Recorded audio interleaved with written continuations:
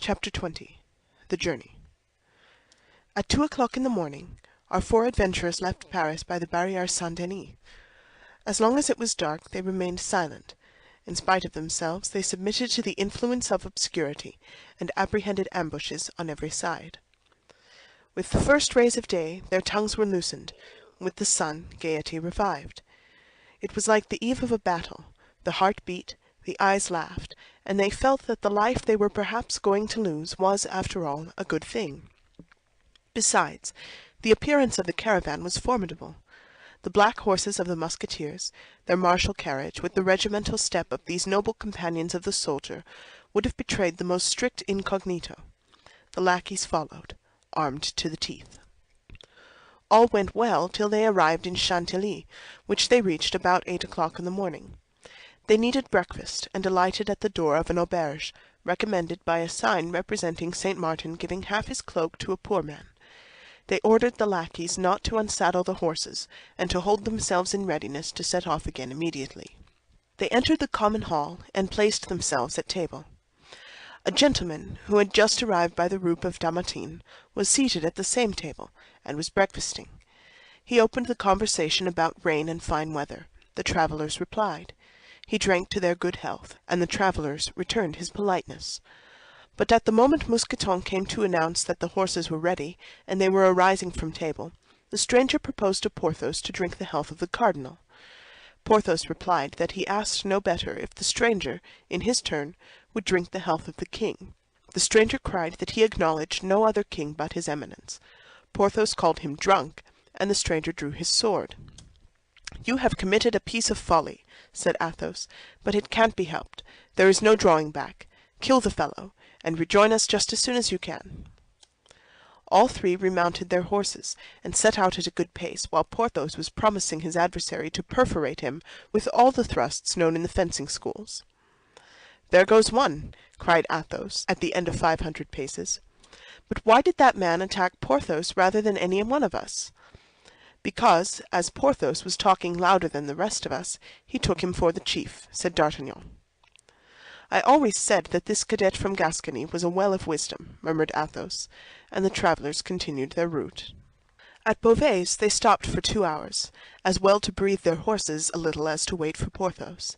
At the end of 2 hours, as Porthos did not come, not any news of him, they resumed their journey.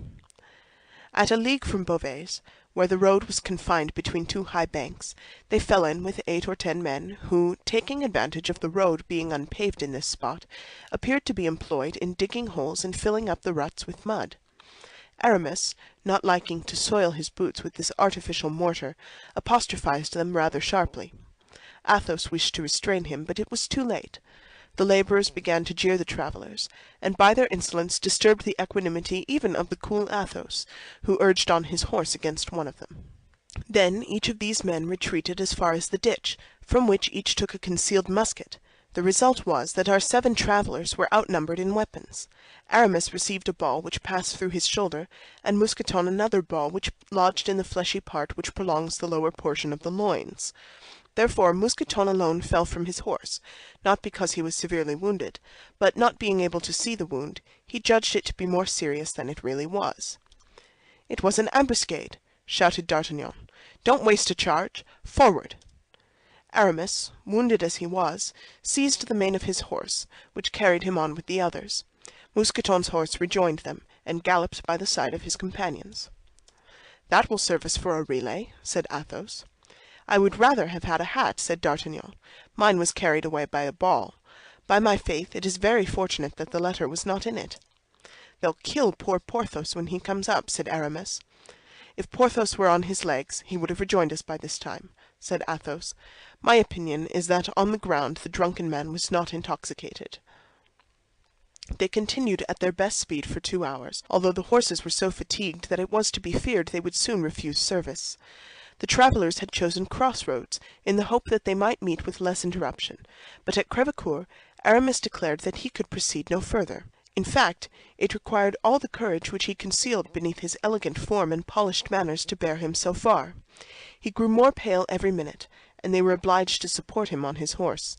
They lifted him off at the door of a cabaret, left Bazin with him, who, besides, in a skirmish was more embarrassing than useful, and set forward again, in the hope of sleeping at Amiens.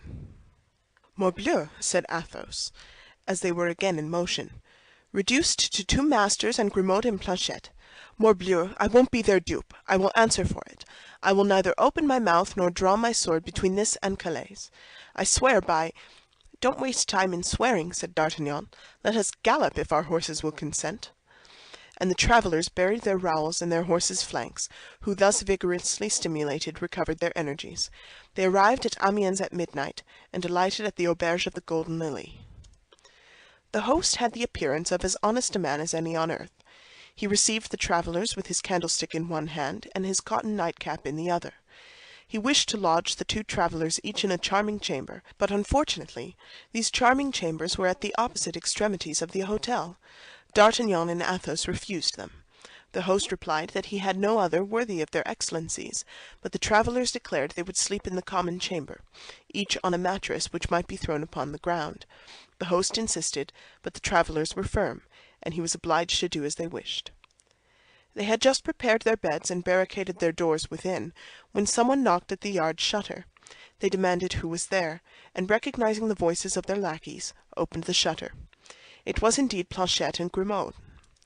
"Grimaud can take care of the horses," said Planchet. "If you are willing, gentlemen, I will sleep across your doorway, and then you will be certain that nobody can reach you." "And on what will you sleep?" said D'Artagnan. "Here is my bed," replied Planchet, producing a bundle of straw. "Come, then," said D'Artagnan, "you are right. Mine host's face does not please me at all. It is too gracious." "Nor me either," said Athos.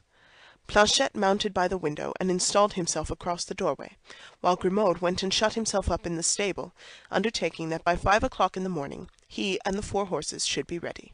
The night was quiet enough. Toward 2 o'clock in the morning somebody endeavored to open the door, but as Planchet awoke in an instant and cried, "Who goes there?" somebody replied that he was mistaken, and went away. At 4 o'clock in the morning they heard a terrible riot in the stables. Grimaud had tried to waken the stable boys, and the stable boys had beaten him. When they opened the window, they saw the poor lad lying senseless, with his head split by a blow with a pitchfork. Planchet went down into the yard, and wished to saddle the horses, but the horses were all used up. Mousqueton's horse, which had travelled for 5 or 6 hours without a rider the day before, might have been able to pursue the journey, but by an inconceivable error the veterinary surgeon, who had been sent for, as it appeared, to bleed one of the host's horses, had bled Mousqueton's. This began to be annoying. All these successive accidents were perhaps the result of chance, but they might be the fruits of a plot. Athos and D'Artagnan went out, while Planchet was sent to inquire if there were not 3 horses for sale in the neighborhood. At the door stood 2 horses, fresh, strong, and fully equipped. These would just have suited them. He asked where their masters were, and was informed that they had passed the night in the inn, and were then settling their bill with the host. Athos went down to pay the reckoning, while D'Artagnan and Planchet stood at the street door. The host was in a lower and back room, to which Athos was requested to go. Athos entered without the least mistrust, and took out 2 pistoles to pay the bill. The host was alone, seated before his desk, one of the drawers of which was partly open. He took the money which Athos offered to him, and after turning and turning it over and over in his hands, suddenly cried out that it was bad, and that he would have him and his companions arrested as forgers. "You blackguard!" cried Athos, going toward him. "I'll cut your ears off!" At the same instant 4 men, armed to the teeth, entered by side doors, and rushed upon Athos.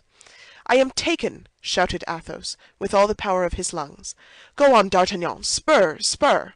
And he fired 2 pistols. D'Artagnan and Planchet did not require twice bidding.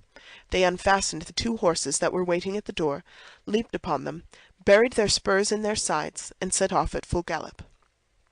"Do you know what has become of Athos?" asked D'Artagnan of Planchet, as they galloped on. "Ah, monsieur," said Planchet, "I saw one fall at each of his 2 shots, and he appeared to me, through the glass door, to be fighting with his sword with the others." "Brave Athos," murmured D'Artagnan, "and to think that we are compelled to leave him. Maybe the same fate awaits us 2 paces hence. Forward, Planchet, forward! You are a brave fellow." "As I told you, monsieur," replied Planchet, "Picards are found out by being used. Besides, I am here in my own country, and that excites me." And both, with free use of the spur, arrived at Saint-Omer without drawing bit. At Saint-Omer they breathed their horses with the bridles passed under their arms for fear of accident, and ate a morsel from their hands on the stones of the street, after they departed again. At 100 paces from the gates of Calais, D'Artagnan's horse gave out, and could not be made by any means to get up again, the blood flowing from his eyes and his nose. There still remained Planchet's horse, but he stopped short and could not be made to move a step. Fortunately, as we have said, they were within 100 paces of the city. They left their 2 nags upon the high road, and ran toward the quay. Planchet called his master's attention to a gentleman who had just arrived with his lackey, and only preceded them by about 50 paces. They made all speed to come up to this gentleman, who appeared to be in great haste. His boots were covered with dust, and he inquired if he could not instantly cross over to England. "Nothing would be more easy," said the captain of a vessel ready to set sail, "but this morning came an order to let no one leave without express permission from the cardinal." "I have that permission," said the gentleman, drawing the paper from his pocket. "Here it is." "Have it examined by the governor of the port," said the shipmaster, "and give me the preference." "Where shall I find the governor?" "At his country house." "And that is situated?" "At a quarter of a league from the city. Look, you may see it from here, at the foot of that little hill, that slated roof." "Very well," said the gentleman, and with his lackey he took the road to the governor's country house. D'Artagnan and Planchet followed the gentleman at a distance of 500 paces. Once outside the city, D'Artagnan overtook the gentleman as he was entering a little wood. "Monsieur, you appear to be in great haste." "No one can be more so, monsieur." "I am sorry for that," said D'Artagnan, "for as I am in great haste likewise, I wish to beg you to render me a service." "What?" "To let me sail first." "That's impossible," said the gentleman. "I have travelled 60 leagues in 40 hours, and by tomorrow at midday I must be in London." "I have performed that same distance in 40 hours, and by 10 o'clock in the morning I must be in London." "Very sorry, monsieur, but I was here first, and I will not sail second." "I am sorry too, monsieur, but I arrived second and must sail first." "The king's service," said the gentleman. "My own service," said D'Artagnan. "But this is a needless quarrel you seek with me, as it seems to be." "Parbleu! What do you desire it to be?" "What do you want?" "Would you like to know?" "Certainly." "Well, then, I wish that order of which you are bearer, seeing that I have not one of my own, and must have one." "You jest, I presume." "I never jest." "Let me pass." "You shall not pass." "My brave young man, I will blow out your brains. Hola, Lupin, my pistols!" "Planchet," called out D'Artagnan, "take care of the lackey. I will manage the master." Planchet, emboldened by the first exploit, sprang upon Lubin, and being strong and vigorous, he soon got him on the broad of his back, and placed his knee upon his breast. "Go on with your affair, monsieur," cried Planchet. "I have finished mine." Seeing this, the gentleman drew his sword, and sprang upon D'Artagnan, but he had too strong an adversary. In 3 seconds D'Artagnan had wounded him 3 times, exclaiming at each thrust, "One for Athos, one for Porthos, and one for Aramis." At the 3rd hit the gentleman fell like a log. D'Artagnan believed him to be dead, or at least insensible, and went toward him for the purpose of taking the order. But the moment he extended his hand to search for it, the wounded man, who had not dropped his sword, plunged the point into D'Artagnan's breast, crying, "One for you!" "And one for me, the best for last!" cried D'Artagnan, furious, nailing him to the earth with a 4th thrust through his body. This time the gentleman closed his eyes and fainted. D'Artagnan searched his pockets, and took from one of them the order for the passage. It was in the name of the Comte de Wardes. Then, casting a glance on the handsome young man, who was scarcely 25 years of age, and whom he was leaving in his gore, deprived of sense and perhaps dead, he gave a sigh for that unaccountable destiny which leads men to destroy each other for the interests of people who are strangers to them, and who often do not even know they exist. But he was soon aroused from those reflections by Lubin, who uttered loud cries and screamed for help with all his might. Planchet grasped him by the throat and pressed as hard as he could. "Monsieur," said he, "as long as I hold him in this manner he can't cry, I'll be bound, but as soon as I let go he will howl again. I know him for a Norman, and Normans are obstinate." In fact, tightly held as he was, Lubin endeavoured still to cry out. "Stay," said D'Artagnan, and taking out his handkerchief, he gagged him. "Now," said Planchet, "let us bind him to a tree." This being properly done, they drew the Comte de Wardes close to his servant, and as night was approaching, and the wounded man and the bound man were at some little distance within the wood, it was evident they were likely to remain there till the next day. "And now," said D'Artagnan, "to the governor's." "But you are wounded, it seems," said Planchet. "Oh, that's nothing. Let us attend to what is more pressing first, and then we will attend to my wound. Besides, it does not seem very dangerous." And they both set forward as fast as they could toward the country house of the worthy functionary. The Comte de Wardes was announced, and D'Artagnan was introduced. "You have an order signed by the cardinal?" said the governor. "Yes, monsieur," replied D'Artagnan. "Here it is." "Ah, it is quite regular and explicit," said the governor. "Most likely," said D'Artagnan. "I am one of his most faithful servants. It appears that his Eminence is anxious to prevent someone from crossing to England." "Yes, a certain D'Artagnan, a Béarnese gentleman who left Paris in company with 3 of his friends, with the intention of going to London." "Do you know him personally?" asked the governor. "Whom?" "This D'Artagnan." "Perfectly well." "Describe him to me, then." "Nothing more easy." And D'Artagnan gave, feature for feature, a description of the Comte de Wardes. "Is he accompanied?" "Yes, by a lackey named Lubin." "We will keep a sharp lookout for them, and if we lay hands on them, his Eminence may be assured they will be reconducted to Paris under a good escort." "And by doing so, monsieur the governor," said D'Artagnan, "you will deserve well of the cardinal. Shall you see him on your return, monsieur count?" "Without a doubt." "Tell him, I beg you, that I am his humble servant." "I will not fail." Delighted with this assurance, the governor countersigned the passport and delivered it to D'Artagnan. D'Artagnan lost no time in useless compliments. He thanked the governor, bowed, and departed. Once outside, he and Planchet set off as fast as they could, and by making a long detour, avoided the wood and re-entered the city by another gate. The vessel was quite ready to sail, and the captain was waiting on the wharf. "Well," said he, on perceiving D'Artagnan. "Here is my pass countersigned," said the latter. "And that other gentleman?"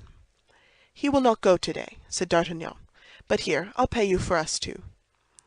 "In that case, let us go," said the shipmaster.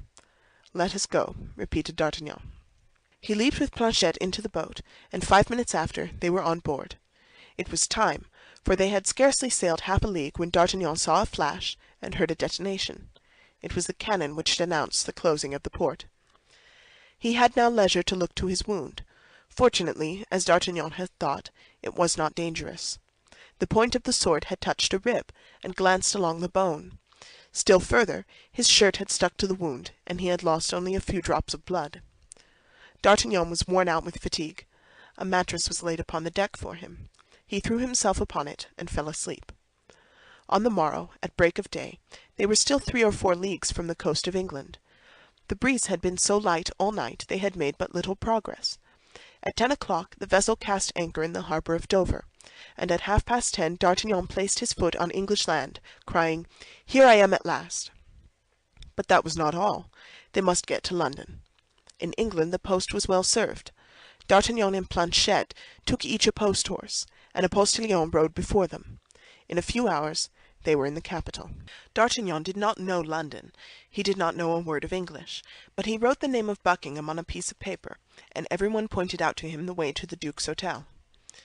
The Duke was at Windsor hunting with the king. D'Artagnan inquired for the confidential valet of the Duke, who, having accompanied him in all his voyages, spoke French perfectly well. He told him that he came from Paris on an affair of life and death, and that he must speak with his master instantly.